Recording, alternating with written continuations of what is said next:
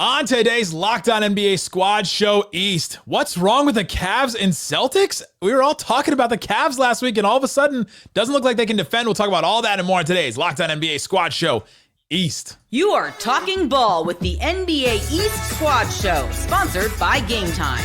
From the Celtics to the Bucks, the Knicks to the Heat, and everyone else in the East. The local experts of the Locked On Podcast Network bring you all the scoops, breakdowns, and the most comprehensive look at the Eastern Conference. Trash talk and big takes included. No holding back. We're giving the green light. It's time to talk NBA East. Welcome to Locked On NBA Squad Show East. My name is Nick Engstead, host of Locked On NBA. This is the Squad Show where we take over the feed of your favorite Locked On show. It's an open invite for any host to come in, talk trash, talk about anything that they want, about anything in the NBA's Eastern Conference. Today's episode is sponsored by Game Time. Download the Game Time app, create an account, and use that code LOCKEDONNBA for $20 off your first purchase. Joining me today from Locked On Cavs, Cade Cunningham. From Locked On Celtics, John Corrales. From Locked On Pistons, Kuka Hill. And Locked On Pacers, Tony East. And more will probably be spilling in as we continue on. We'll probably end up somewhere completely different today, but let's start here, gentlemen. We look like a full house. Look at us. Look at this screen. 3 bald guys with beards and 2 white guys with parted brown hair. It's a full house. And we've got the 2 hosts representing the 2 best teams in the Eastern Conference. But John, you got something to say about the Cavs after last week. I'm only here. No, look, I'm only here because last week I was talking about the Celtics. I was defending the Celtics, and everybody said, hey, the Cavs have what it takes to beat you. And over the past week, I just want to say I apologize for what for downplaying the Cavs. The Cavs are clearly the class of the East. I stand corrected. It's the Cavs and everybody else. It's been a rough week for those wearing wine and gold. 3 straight losses. The inability to play defense has been pretty prevalent, I think, for them, and they very much look like a team that's ready to enjoy the All-Star break in about 2.5 weeks from now. They've got 9 games between now and the All-Star break, and we'll see what they look like then.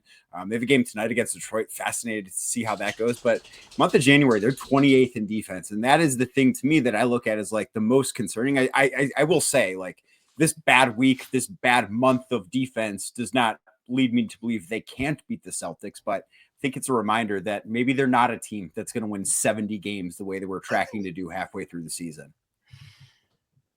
Yeah. A 70 win pace was probably like not this team, right? Not any of these teams, not the Celtics, not nobody in the NBA should have been on a 70 win pace.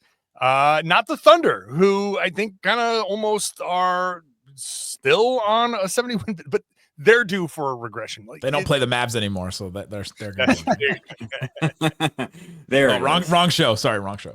But yeah, like this folds into a lot of the talk about what's wrong with the Celtics. Like, sometimes there are circumstances in a season that cause a little bit of a lull. And for Boston, they've had a little bit of that lull, and now it's the Cavs' turn. The Cavs are going through their bit before the All-Star break, and we'll see if they can get back to it. And we can start talking about the same thing people have been talking about the Celtics. Oh my God, are they going to start developing some bad habits?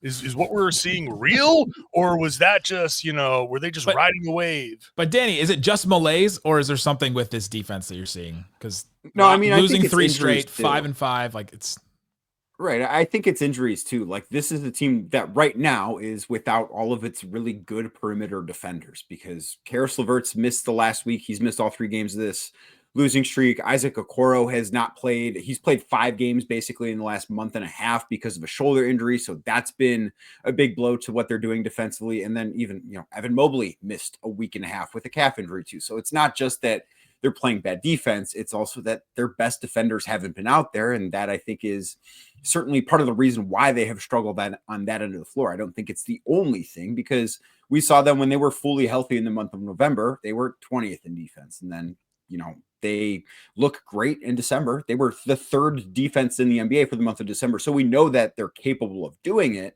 I do think part of it's bad luck. Like, if you will look at what the Rockets did against them in their 2 games, the Cavs did not allow very many wide open 3-pointers.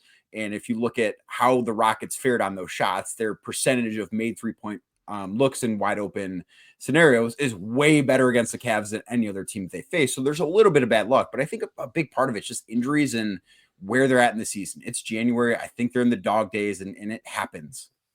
Danny, I have a recommendation for you.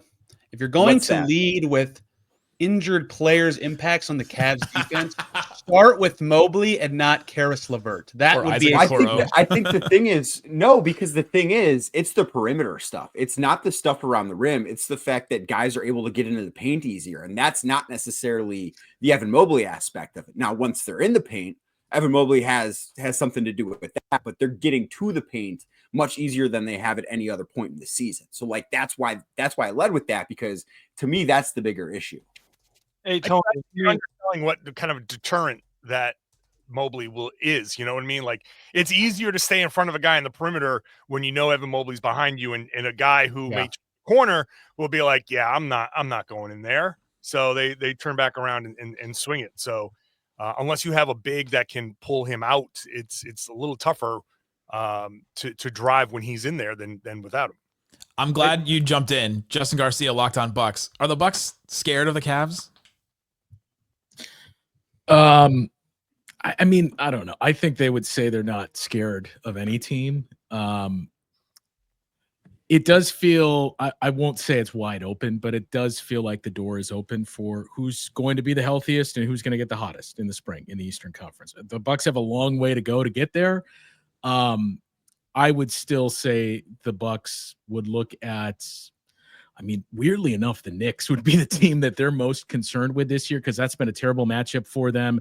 It's been 2 blowouts, and I don't know how much you can really take from it, but the Bucks would be quick to point to, hey, we played the Cavs very competitive in the first 2 games. The third game was we expected to lose, coming back from the NBA Cup that they had just won. Celtics games, similar story. They lost all 3 of them. But it was really just a bad 6-minute stretch in each of those games that cost the Bucks. But the reality is you're still 0-6 against those teams. So they should have fear. I think they have the proper amount of respect, but I think they view it as, look, if we're healthy, we've been saying this for years, we can beat everyone. Hey, Tony, I got a question for you. What's up? You know, Nick wants to talk to the Cavs, wants to talk to the Celtics, wants to talk to the Bucks. Last I checked, there's only 2 teams in the East that have 9+ wins in the month of January, and we're talking about Caris LeVert. We're out here talking about the Bucks losing to the Knicks. We're talking about the Celtics winning 70 games, and last I checked, there's only 2 teams with 9+ wins in January. There's a problem. The Pacers, in their very most recent game, got their stuff pushed in by the Spurs, so they're not exactly top of mind for anybody right now. That was an overseas game. It was international. They did win the next one by 38, but that first one certainly soured some people, I think. Pistons are playing good. No, we gotta stay together here. 9+ wins. 9+ wins. No one else has that. Detroit and Indiana. Everyone else needs to fall behind. What's gone into the Pistons' success, Koo? I mean, Cade's just crazy. He's really good at basketball, turns out, and people who haven't watched the Pistons the last few years are now starting to find out how good he is at basketball. The Pistons lost Jaden Ivey on January 1st and have continued to play their best basketball in like 7 years. So, and that has a lot to do. I know Danny's talked about how the Cavs defense has really struggled. The Pistons have the 3rd best defense in January. And I think that has a lot to do with Ausar Thompson finally getting healthy and finally being allowed to play. He's starting next to Cade now instead of Jaden Ivey. Their perimeter defense much better. They've been a lot more aggressive in the pick and roll with Jalen Duren defensively as well. So they're creating turnovers, they're creating fast break opportunities. And Cade Cunningham is so great that he's taken an offense that probably should not be even middle of the class offensively. He's just taking a bunch of shooters like, okay, as long as we can be good defensively, I'll carry us to what we need to be offensively, which is, I believe, 16th in the league offensively in the month of January. And that's with only 1 creator and 1 dude who knows how to dribble. So let me tell you, from the Mavericks point of view, the one guy that knows how to dribble doesn't go well for a long time. It just, how sustainable is what they're doing offensively, too? It's not. I don't think it's very sustainable. I do think it's going to eventually catch up to them. But I've been saying that for 2 weeks and it hasn't yet. So it's eventually, you would assume that is going to, logic says that you're not going to be able to continue to do this. And you kind of saw it with the Pacers actually did it first. They started trapping Cade hard and really started getting physical with them. and they just realized, look, you don't have no one else out there that can really dribble, so we're just going to trap Cade and see what happens. So go ahead. That's what I was going to say, is that game exposed my fear of the Pistons' regression eventually. They just turn it over so much, right? Like, you trap Cade and they can't create, and they just throw the ball over the gym. Pacers didn't even play that well, and they rolled in the second half because of that. The Pistons have been really good. We'll get into them a little bit more, and the Magic have been really bad lately. Let's talk about that team a little bit more coming up.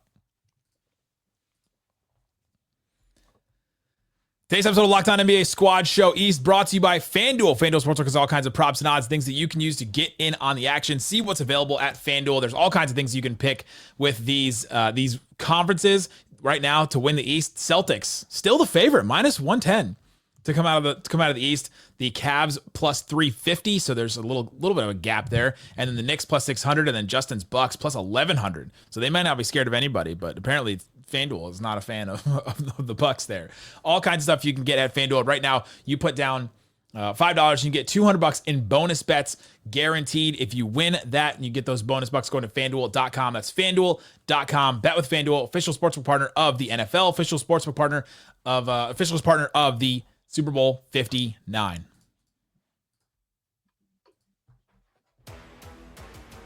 All right, we're back. Locked On NBA Squad Show East. We've got a bunch of hosts here representing a bunch of different teams in the Eastern Conference. We're talking about the Pistons, talking about what's worked for them so far. And anybody like really believing in the Pistons this season, or is anybody really down on what the Pistons have done so far this season? They think it's fool's gold, it's just Cade and nothing Wes Goldberg, you're here. You go first.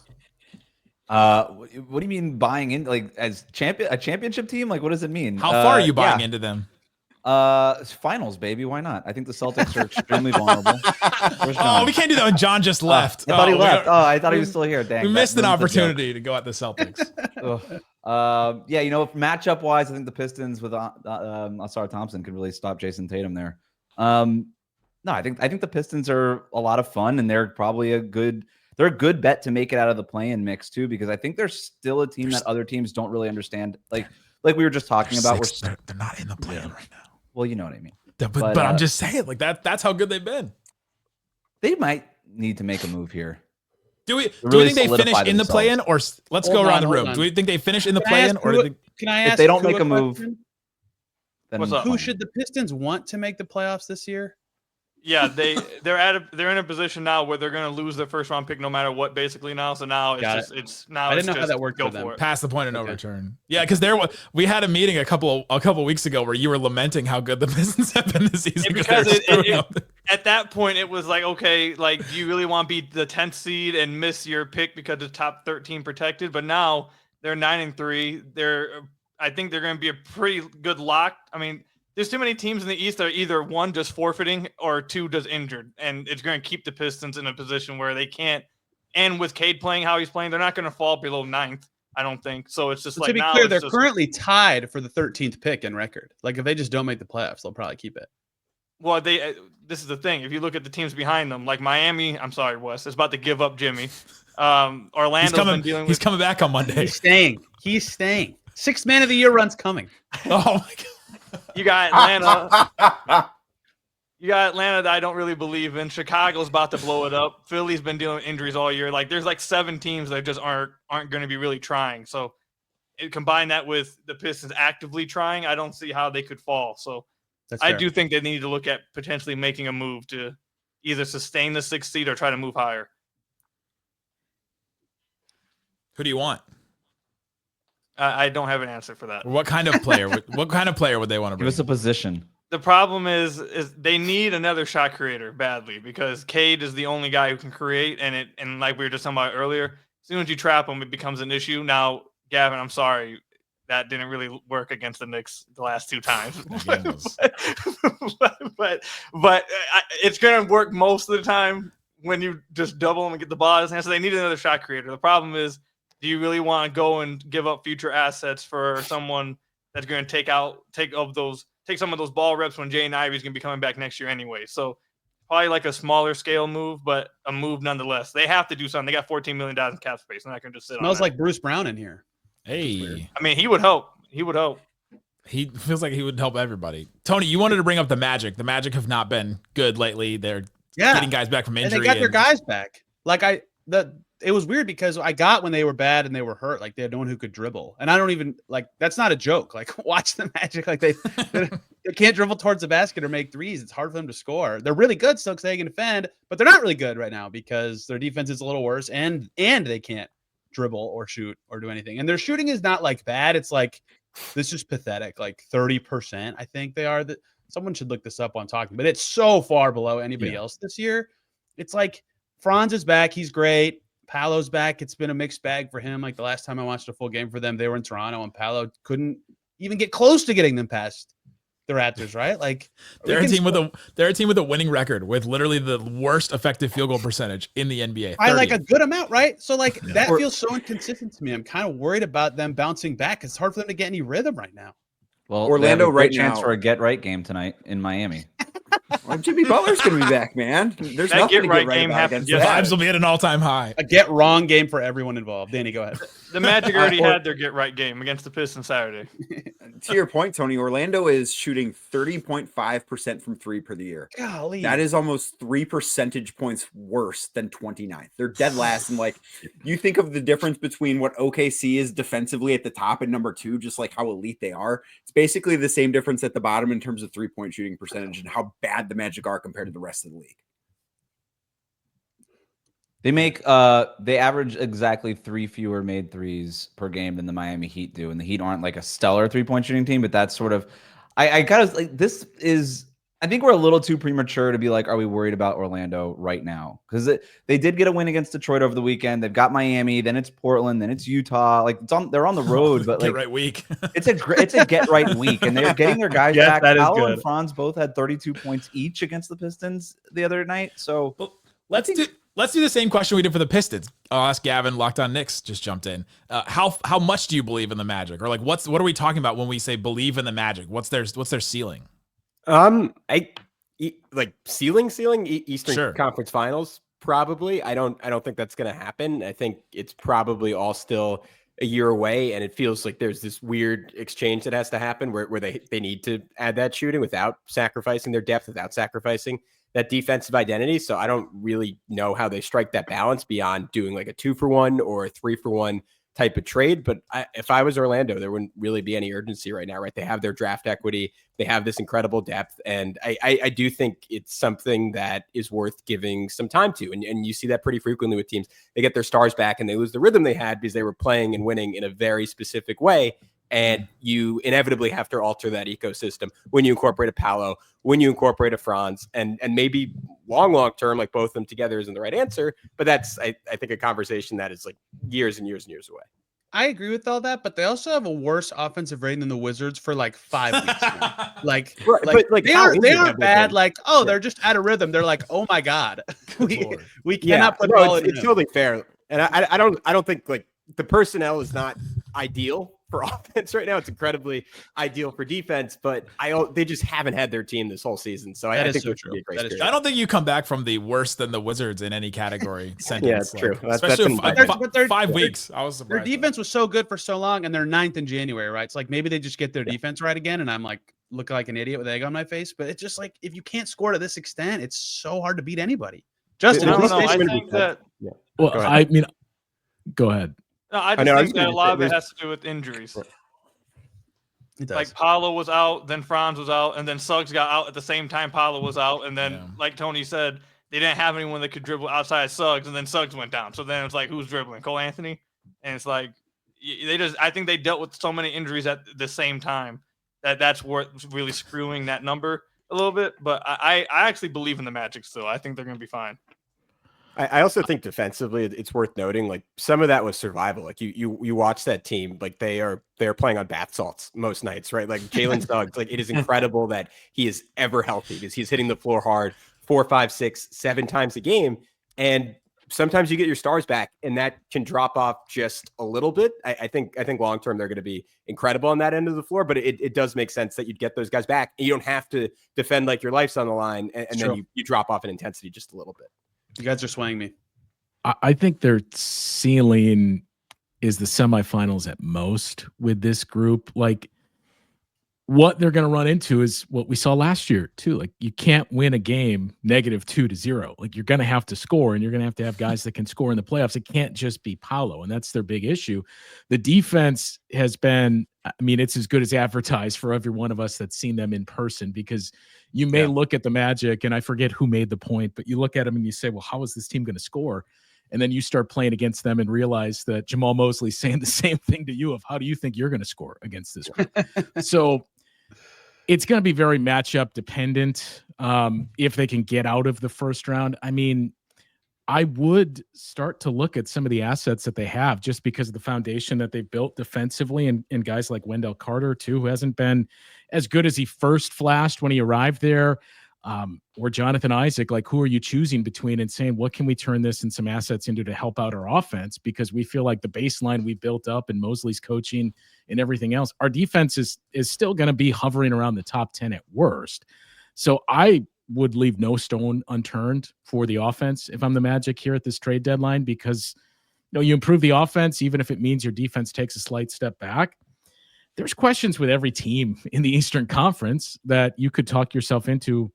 Maybe we could be this year's Pacers, where we just get hot and we get the right matchups and we go on a deep playoff run. Yeah, Justin, I was going to say to your point, you don't think there's any world where they could beat the Cavs after they got within a few minutes of doing that last year? Obviously, with some Cleveland injuries. I still would say no, just because I really, really trust Paolo Banchero's ability to score in the playoffs. And Franz too, to at least facilitate and create shots for everybody else. I just don't trust anything else offensively there. And it's what the Bucks learned too, why they traded for Damian Lillard. It worked out one time where they won the championship, but that was almost entirely because of their defense. Like that's the big misconception with the Bucks. When you think about, Giannis and Chris, when he was in peak Chris form, like it was a great offense. It was a terrible playoff offense, especially in the half court. They just had an elite defense. Can I interest the Magic in a Jordan Clarkson? Would he ruin them, or would he be great for them? Isn't that like we have Cole Anthony at home? Cole Anthony was not in the rotation at the beginning of the season. Yeah, I know. But it's so that's the biggest problem with Orlando is you have to maintain your identity as part of it too, and that's like we keep talking about like expectations and the ceiling. Like who cares? It's like that's not really what this season is really about for Orlando. This to me, and I think this next stretch, now that you got Franz and Paolo back, is going to be so important, not for the season necessarily, but for like what happens next for the Orlando Magic. This season was all about like John Taffer, bar rescue, stress test, Paolo Banchero, Franz Wagner, throw them in the kitchen, in the fire. Can you guys be our lead ball handlers? Can you develop that the way that Tatum and Jaylen Brown developed that in Boston? Can you just become that? Or do we need to revisit this a year from now and say, you know what, that's just not in the cards for you. Let's go out and get that point guard. Let's go out and get Jordan Clarkson, whatever the name of the person is. Let's go get that guy. For now, it's just, what do we really have here is what they're trying to figure out. And how far can we push this with Paolo and Franz to grow? And it's unfortunate that they were hurt as long as they were, but that's why the second half of the season is going to be so important for them. What do we have here is a great question to ask about the next team we're going to get into, the Philadelphia 76ers. I don't know that anybody knows what they have going on there. We'll talk about that and more coming up.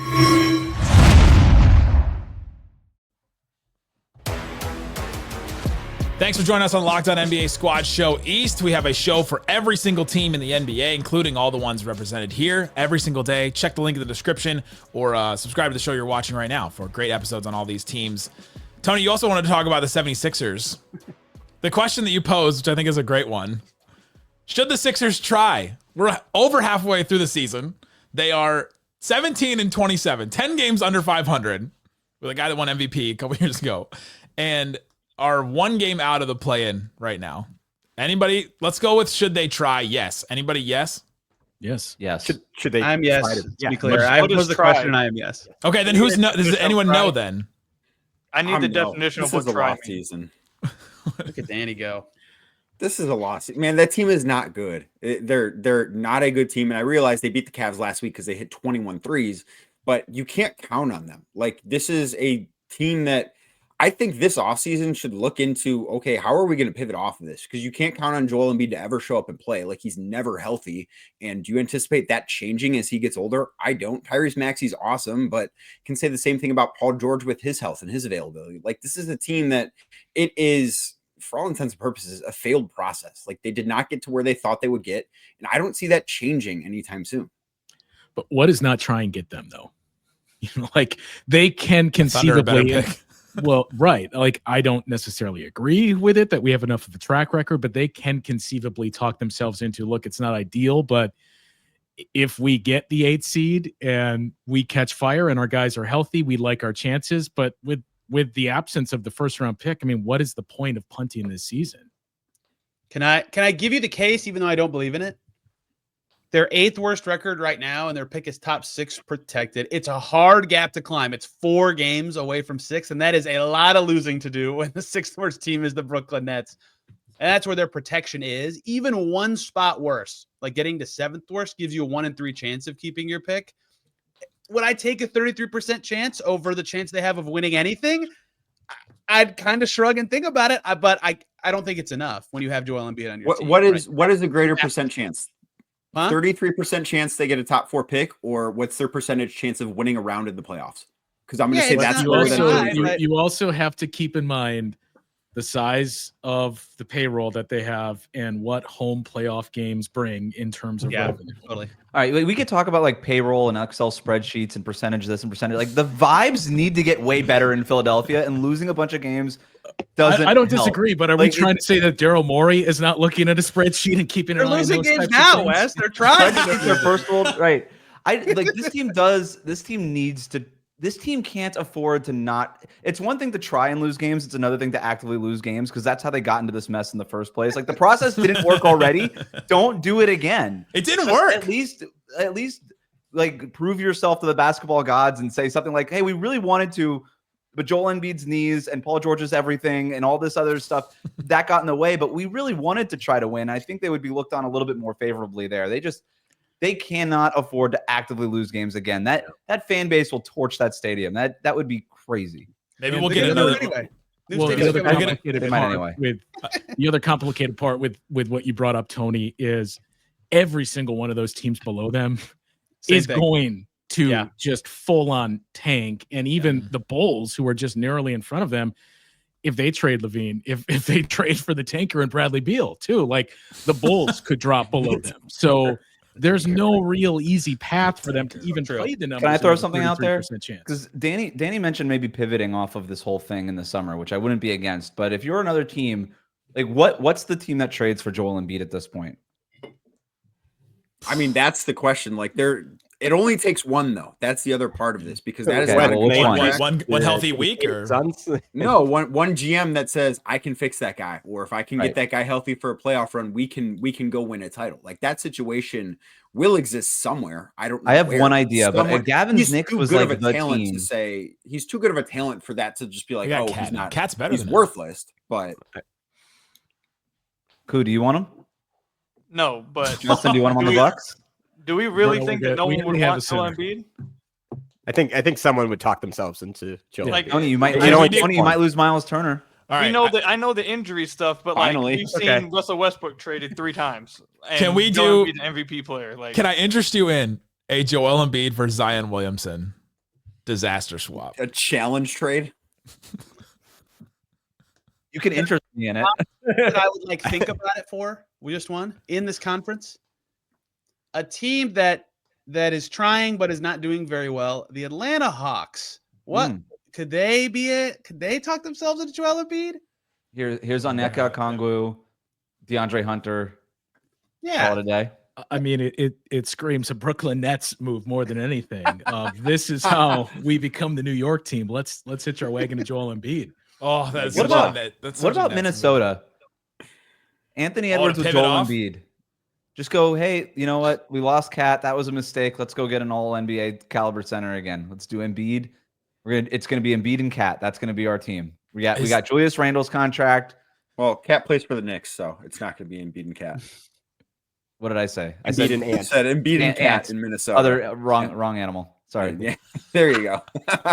Would Anthony Edwards pull a Jimmy Butler in Minnesota again? Like, would they have the same exact mutiny where he call Rachel Nichols? Like, where's Rachel Nichols working right now? Can he get her to come up and do a sit down interview again?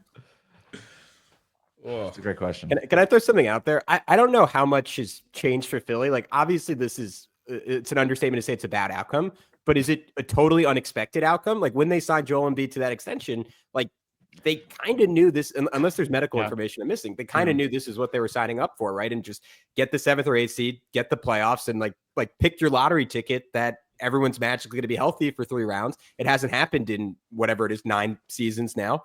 Maybe this is the year, but that's what they keep betting on. And like, hypothetically, if they're all on the court, could they make an Eastern Conference Finals run? Like, sure, they're as talented as anyone. Like, I think any team this side of Boston, like fully healthy, they would have. I wouldn't pick them against all those teams. I would say they would have a chance against those teams. Like, this is sort of the gamble they made. And I know Justin just made this point, but if you're Daryl Morey or Nick Nurse, like, if you tank this year, are you coming back next year? I don't know, but I don't think as much has changed for them as people think, because you knew this was Joel Embiid for a decade now, right? Like this isn't anything new. And what were they supposed to do too? Like it is a bad contract. We can criticize it, but what were they supposed to do? We're just moving on. When they did what they did this offseason, I think that they expected, okay, well, Joel Embiid's going to play 45 to 55 games, somewhere around there. He's never going to be in contention for All-NBA. He's never going to be in contention for MVP awards again. That's fine.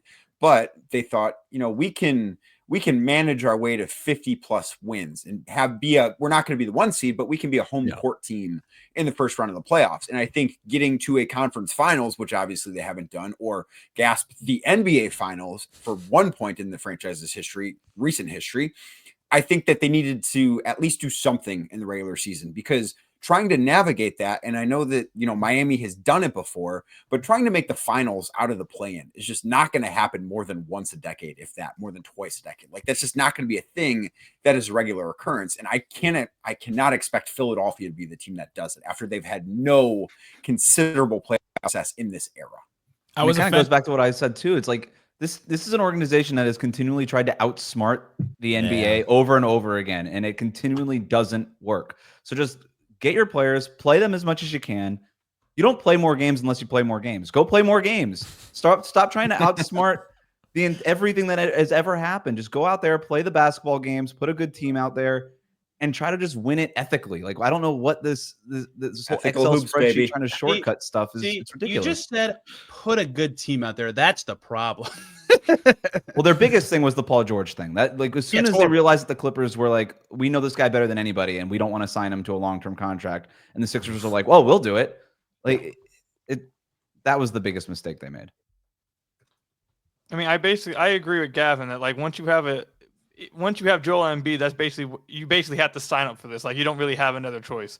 Like, what's the better option? Trade Joel Embiid for less value than he is worth to you? Like, it's kind of the same thing I think New Orleans is in, to be honest. I feel like New Orleans is in a position where it's just like, look, when they're healthy, he's great. And if we can get him healthy for just one playoff run, we'll be straight. We'll take that playoff run. But if you trade Zion or if you trade Embiid, you're not getting the right value for, like, the player. You're going to get less value because of the injury, because of the contract. So, like, all you have is to hope for that one playoff run, because they are good enough to where if you do get that playoff run of them being healthy, then you might actually get something. So I don't think they really had any other solution. And I don't think that they have the option to tank. If they were to tank the rest of this year, I don't even know what the hell would happen. They do not have that option. If they did do it, congrats to them for having the balls to pull it off. But, like, I don't like. And to follow it all, go to Locked On Sixers with Keith Pompey and Kayla Santiago. Great stuff all the time. If the Eagles win the Super Bowl, it's much more palatable. If the Eagles win the Super Bowl in 2 weeks, maybe they can pull it off. Guys, thanks for hanging up. The strongest Sixers tank anti-argument is we can't let the Thunder get a top 10 pick. Go Sixers. Win lots of games. We can't allow that to happen again. We can't do that. The city can't afford another scandal. Guys, thanks for hanging out with us on Locked On NBA Squad Show East. Great stuff all the time from all these hosts. We've got a daily show that covers every single one of these NBA teams. Locked On NBA Squad Show coming at you every week. Boom.